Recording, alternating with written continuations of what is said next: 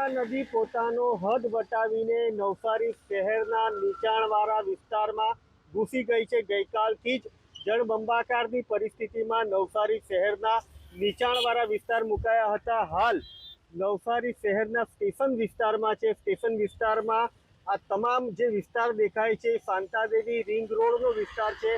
તમામ વિસ્તારમાં પાણીના દ્રશ્યો દેખાઈ રહ્યા છે। ગઈકાલે પૂર્ણા નદી ભયજનક સપાટીથી 4 ફૂટ ઉપર વહી રહી હતી, જેના કારણે તમામ જે કંઈ વિસ્તાર છે વિસ્તારમાં જળબંબાકારની પરિસ્થિતિ સર્જાઈ હતી। ઉપરવાસ વરસાદ ધીમો પડ્યો છે અને પૂર્ણાની સપાટી ધીમે ધીમે ઉતરી રહી છે, પરંતુ નવસારી શહેરમાં ફરી પાછો વરસાદ શરૂ થયો છે, જે વહીવટી તંત્ર માટે ચિંતાનો વિષય બન્યો છે।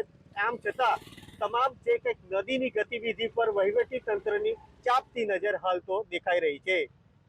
Rakesh Solanki, VTV news, Navsari.